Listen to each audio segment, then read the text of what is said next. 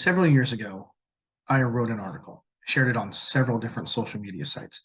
This article was basically about critical thinking and its decline and its effect on the social contract. I kind of forgot about it. And then today I was going through old articles and blog posts, and wow, was this important to today? I'm going to share it with you, and you're going to see just how this is affecting us. And we are literally watching this in real time in our society today. What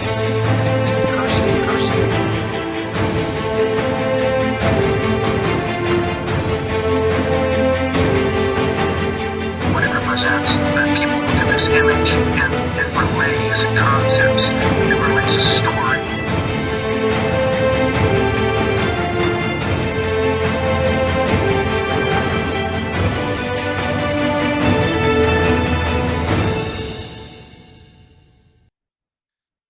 There is an absolute disconnect between one's perceived reality and one's actual reality. I'm going to get really philosophical for you here. Just hold on to that thought and go with me piece at a time. All right. It's apparent that there's a disconnect there. One of the oldest stories that displays this is Plato's story of the cave. In this story, that is more than 2,000 years old, a group of men grow up in a cave, only seeing the activity of the world displayed in shadows on the wall. They only see the shadows with no idea that reality is actually more than the shadows, and that they represent something real happening outside the cave. Such stories are superfluous in human culture and often become associated with religion as adherents look for questions to ultimate reality that they cannot perceive but seem to realize exists. Regardless, it is this concept that plays such a role in society today, as the various methods of putting shadows on the wall has increased with the rapid growth of technology. And there's a lot of them. Anytime you turn on the TV, shadows. Anytime you see an article, shadows. Anytime you see a picture, shadows. There's plenty of shadows. But even in the time of Plato, experience, rumor, storytelling would all be used to warp or misrepresent reality. That lays the foundation, or did lay the foundation, for a long quest in Western civilization to realize how to determine what was real. This wouldn't even seem resolved thousands of years later in the era of existentialism with names like Descartes and Jean-Paul Sartre and such. Even though Plato was speaking of the metaphysical, we must look to today to see how those shadows still exist, but in forms that make the shadows so much more vivid and impactful is a masquerader of truth.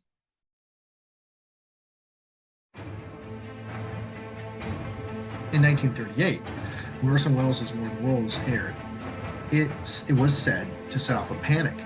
It set off this huge hysteria. So millions of radio listeners thought an actual alien invasion was occurring. This is one of the greatest examples of people mistaking the shadow for reality. The vivid radio broadcast that brought sounds and mental imagery into homes played on all their immediate sensibilities. Technology makes the shadows a closer and closer mimic of reality. It becomes even harder for people to differentiate and exclude the life of the cave for the life of the outside world. The warning of Plato's work rings true today. Humanity must constantly build its capacity for critical thinking in order to draw closer to the truth. And we're getting even closer and closer to that now with the advent of AI and deepfake. It's pretty scary stuff. I would argue that critical thinking is the base development that led to the philosophical innovations such as the scientific method, language philosophy before that, interpretive work before that, academic rhetoric before that, and individuality apart from the group before that. Without critical thinking, every advancement of the Western world collapses, as this is the foundation of its unique achievement as a part of this world. None of these disciplines could arise without basic critical thinking. In an alarming article published in Psychology Today by Stephen Camarada, PhD, he cites several reports of declining critical thinking skills in colleges. Several reasons are given. All right. One of them is possible learning methods used for children when they're younger, as more parents resort to rote memorization. flashcards, things like that, to teach their kids more than before. He also points to a demand from students for easier classes, right? They're more interested in the humanities than the STEM fields. They're more interested in interpretive knowledge rather than factual, like hard critical knowledge. And lastly, he outlines the psychological importance of failure in engaging the world and developing critical thinking skills, and how a shelter mentality among educators and parents has robbed them of this. So Camerata, more and more to him, more and more parents, in an effort to give their children the best head start in society, seek to shield their children from failure, and for lack of a better term, corral them into the behavior recommended of popular social scientists. This sheltering, of course, is exactly what disrupts the process of developing critical thinking. On top of this, views have also become a major market source for those wishing to make money, as now they have access to the outside world through technology and social media that wasn't there before. From a decade plus of sales experience, coaching, and training, I can tell you that part of selling is validating the customer to make them feel better about themselves, so they will be open to your product. Then, of course, you convince them of a need, and then you fill it. As institutions seek to placate youths as a market source with means of validation such as participation trophies, equitable rewards, and the supporting of their underdeveloped concepts of identity, ambition, and productivity, the acceptance of failure becomes almost absent, if not rare. This outright pandering also offers youth no instance to develop critical thinking either. In his 12 Rules for Life, renowned psychologist Jordan Peterson outlines, through several stories, how parents, and thereby authority, are the arbiters of society. They are thus responsible for teaching children reasonable boundaries that society can expect of them. He tells a story where he talks about a boy who pushes his sister over a glass coffee table. The mother, rather than disciplining him or attending to the daughter, simply told him not to do that while stroking him affectionately with an affirming touch. So this type of attention fuels a boy's early assumption that everything revolves around him. The narcissism that develops from never having this notion challenged, Peterson points out, as that of the God Emperor. Doing such does nothing to teach the boy why he shouldn't push his sister. He has no incentive to, as the mother rewarded him by making him the center of attention, as well as with her validating contact. Without the removal of reward, there's no failure.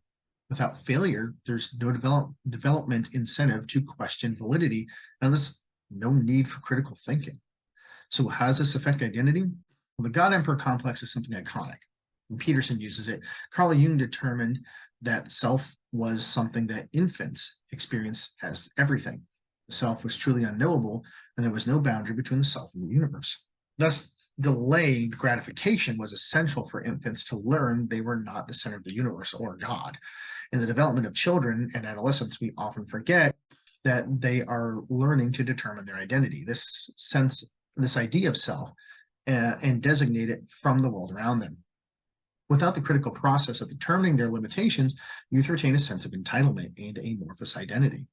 Not only this, they retain the broad labels of identity they had as infants, as they have not had the time or experience to narrow down their limits apart from these broad labels.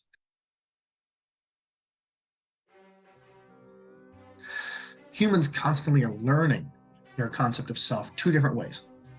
The first is by a process of deduction, sectioning out their uniqueness apart from the universe, one piece of information and experience at a time. The second is by induction, whereby they use their understanding of themselves, currently formed, in order to better understand the relationship and the character of others.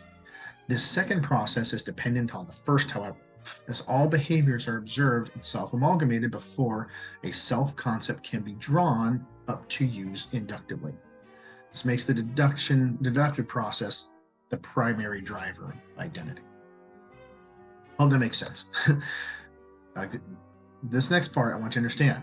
This seems to be overtly apparent in youth. No matter the generation, in previous generations, there were always identity groups youth fell into as they explored who they were. Everybody's experienced this, but Those identity groups were things like, in ages past, like jocks, nerds, greasers, hippies, clean cut, churcher. Those were all labels adopted to help youth find their sense of identity and designate them apart from each other. When I was in high school, we still had jocks and nerds, but we also had goths and rednecks, emo, punk, geek, and even the word, Christian or Bible thumper, sometimes used derogatorily to designate those who went to church and took God too seriously. Larger identity groups have always existed, were used as well, such as white, black, American, gay, whatever. These are all examples of identity groups used by youth on their way to parcel out their relationship to the universe and their sense of self. So in a world that values critical thinking, these identity groups become smaller and smaller. And for good reason. Critical thinking helps humans parcel out individuals from large labels and create the possibility of relating outside one's group identity. Failure to do this would result in the constant marginalization of those from other groups, as their identity is locked up completely within the group identity and incapable of evolving beyond that. Relationships require detail and the negotiation of a social contract. If there is no formulation of identity in individuals beyond these groups, there is no individual negotiation and no social contract available between them. This is the reason the biblical word for having sex is to know. It was the expectation that as someone's understanding of the other got to the apex of moving from general to specific, they finally knew that person intimately, in detail, with focused consideration. I'll take a break here to kind of talk about this. The allure of accepting an icon, a symbol of someone over the place of their actual individual identity is very strong. It is easier for one and carries with it strong associations that help one navigate a relationship without any actual context. Peterson loves to use the Venus de Milo image as an example of this. The icon of a voluptuous and fertile woman catches the affection of a man. When he pastes this icon onto the missing pieces of knowledge concerning his partner, his infatuation easily grows. Because it's an ideal. This is the primary experience of Eros. However, as the details of that person become clear, this icon gets messed up. He actually finds out that his Venus is a real woman with real faults, character, and experiences. In that process of knowing her, he has to choose whether to accept those details and love her as she is, or reject them. And if he does this, often going to the next relationship and repeating the process. And men and women both do this. It is vital then for us to accept details in one another. Otherwise, the relationship, social contract cannot be maintained. We have to accept the process of knowing one another. When Socrates wrote, "To know thyself is the beginning of wisdom," it wasn't a colloquialism with no meaning. It has deep connections to the development of the human identity and relationship to the world, and it's astounding. The most important part of Socrates' message is the critical thought process of differentiating between oneself and the universe around it. His work was to differentiate one's perception from reality and question its construction deductively. People must intimately know others as individuals and themselves as individuals. Without this, the consequences are significant and regression of the natural process of knowing and identifying the self. So, let's kind of sum this up. The loss of critical thinking carries significant consequences for our society. Western civilization, the scientific process, language study, individuality, it all hinges on the use of critical thinking and the successful exploration of self apart from the rest of the universe. This is essential to every development made in the past 2,000 plus years. The very social contract that holds the fabric of civilized society depends on it. Of particular importance to me is civil rights, which do not exist without the social contract being applicable to individuals. It must supersede group identity. Without this development, the social contract cannot be maintained from individual to individual, and thus all offenses and rewards would be attributed to identity group, returning us to a system of terrible prejudice and injustice. So without this valuable process, we stand to return to the days of thousands of years of tribalism, blood feuds, and racism without this important psychological development. I do have another video specifically on blood feuds that I have put on my my YouTube site. It's worth a read if you have a chance. Sorry, a watch if you have a chance to go into it. And this is a very central theme of a lot of my stories too. The Epic of Rin also goes into blood feuds and how the blood is everything to these people, and how God Himself actually is opening Rin's mind to the idea that blood is not everything, and that you actually can know people outside the blood and judge them outside the blood. So anyway, I hope you got a lot out of that. Yeah, this, like I said, this is an important thing to me. I have been dealing with this for a very long time. I have a lot of experience growing up with prejudice and racism and all sorts of things, and on both sides. And I would just love for you to take this to heart.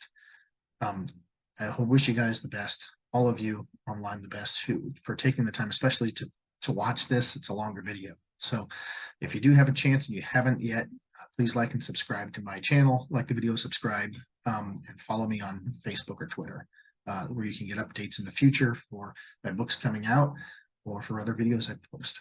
Thank you very much. Have a wonderful day.